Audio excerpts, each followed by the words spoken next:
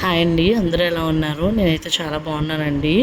ఆహ్, నేను ఇవాళ చిక్కుడుకాయ మసాలా కర్రీ చేస్తున్నాను అనమాట. అది కూడా కుక్కర్‌లో చాలా అంటే చాలా టేస్టీగా ఉంటది. అయితే దీనికి కావాల్సిన డ్రై రోస్ట్ ఇంగ్రీడియంట్స్ చెప్తానండి.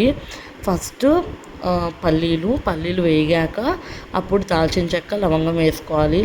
అవి కూడా కొంచెం రోస్ట్ అయ్యాక ధనియాలు, జీలకర్ర వేసుకోవాలండి. ధనియాలు వేశాక అది రోస్ట్ అయ్యాకే జీలకర్ర వేస్తాము.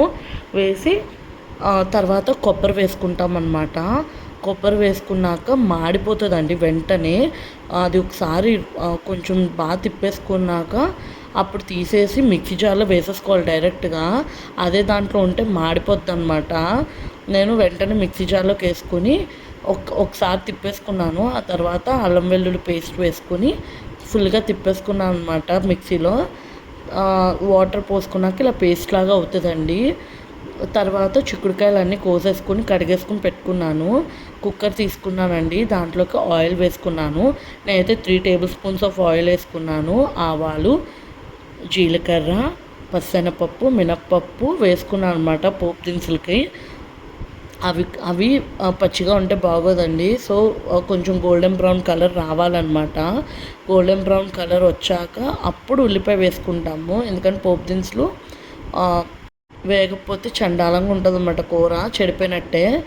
సో కొంచెం గోల్డెన్ బ్రౌన్ వచ్చాక అప్పుడు ఉల్లిపాయ, పచ్చిమిరపకాయ వేసుకొని ఫుల్గా స్టిచ్ చేసుకున్నానండి.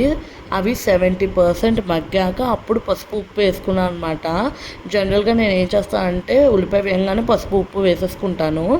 బట్ ఈసారి నేను ఏం చేస్తానంటే 70% ఉల్లిపాయ వేగాక ఉప్పు, పసుపు వేసుకుని స్టిచ్ చేసుకున్నాను అనమాట. అవి కొంచెం గోల్డెన్ బ్రౌన్, ఉల్లిపాయలు కొంచెం గోల్డెన్ బ్రౌన్ వస్తే మనకు తెలిసిపోతుందండి. ఆ తర్వాత కొంచెం కరివేపాకు వేసి ఉప్పు, పసుపు వేసుకుని తిప్పేసుకున్నాను. తర్వాత అవి ఫుల్గా వేగాయి అనుకున్నాక అప్పుడు టమాటా వేసుకున్నానండి.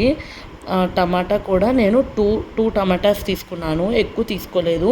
పెద్దవి 2 టమాటాస్ తీసుకున్నాను. తీసుకుని అవి మామూలుగా కొంచెం పెద్ద పెద్ద ముక్కలుగానే కట్ చేసేసుకుని అవి ఫుల్గా మగ్గిపోయాక అప్పుడు మసాలా పేస్ట్ వేసుకున్నాను అనమాట. వేసుకుని 2 గ్లాసెస్ ఆఫ్ వాటర్ వేసుకున్నాను. అది మసాలా పేస్ట్ వేసాక వెంటనే చిక్కుడుకాయ వేయకూడదండి. కొంచెం మసాలా పేస్టు ఇది పచ్చితనం పోవాలన్నమాట. అప్పుడు చిక్కుడుకాయ వేస్తాము.